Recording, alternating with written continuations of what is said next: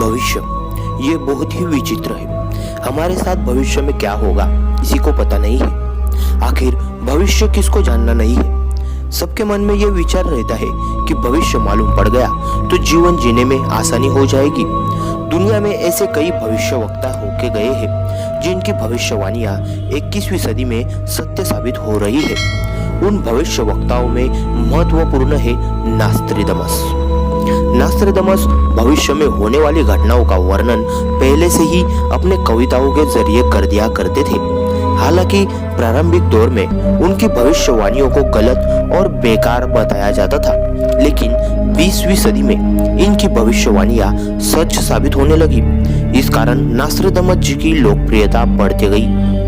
नास्ट्रेडमस France के 16वीं सदी के भविष्यवक्ता थे। इनका जन्म 1503 इस साल में हुआ था। नास्ट्रेडमस केवल भविष्यवक्ता भी नहीं थे, वो डॉक्टर और शिक्षक भी थे। ये प्लेग जैसी बीमारियों का इलाज करते थे।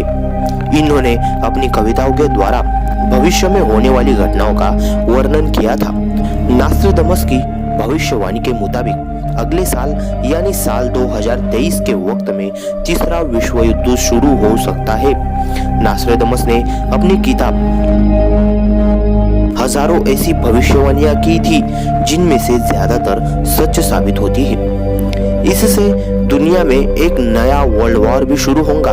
ये भी माना जाता है कि उन्होंने वर्ष 2023 में यूरोप में एक युद्ध शुरू होने की भविष्यवाणी कर रखी है। यही युद्ध धीरे धीरे आगे बढ़कर तीसरे वर्ल्ड वॉर के रूप में हो जाएगा, जिसमें बाद में दूसरे देश भी शामिल हो जाएंगे। उन्होंने भारत के लिए भी कुछ सटीक भविष्यवाणियां करके रखी थी।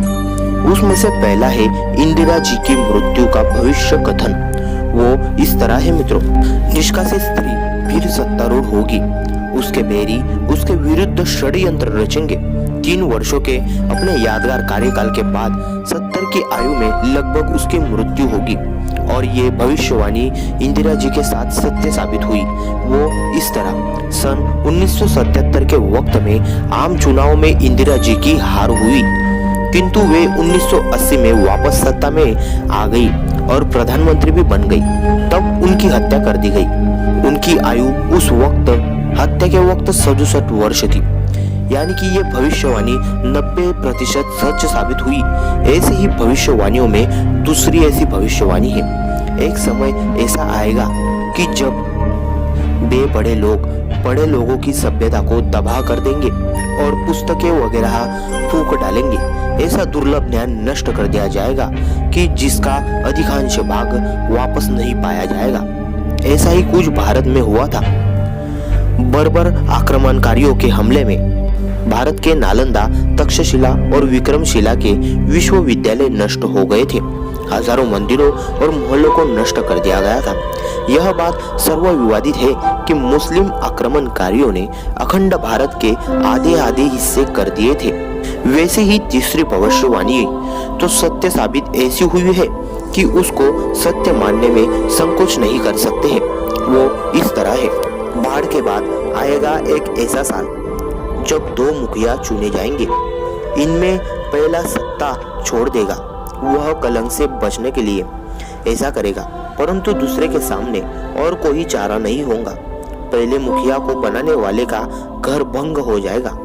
इस भविष्यवाणी को विद्वान लोग विश्वनाथ प्रताप सिंह और चंद्रशेखर के कार्यकाल को जोड़कर देखते हैं।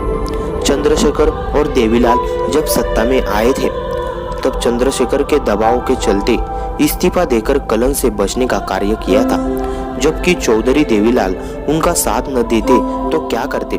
लोकसभा भंग हो गई थी। चंद्रशेखर प्रधानमंत्री पद पर 7 महीने तक ही रहे थे। इस भविष्यवाणी में मुखिया को बनाने वाले का घर भंग तो हो जाएगा, ऐसा नहीं हुआ है, पर यह भविष्यवाणी 80% सच साबित जरूर हुई है, जो कि एक रहस्य बना हुआ है। आखिर नास्ट्रेडमस कैसे भविष्यवाणियां निकालते थे? ये भविष्यवाणियां नास्ट्रेडमस ने कैसे की थी, इसका रहस्य आज तक बना हुआ है। तो दोस्तों, आज के लिए बस इतना ही। मिलेंगे अगले बेहतरीन वीडियो में।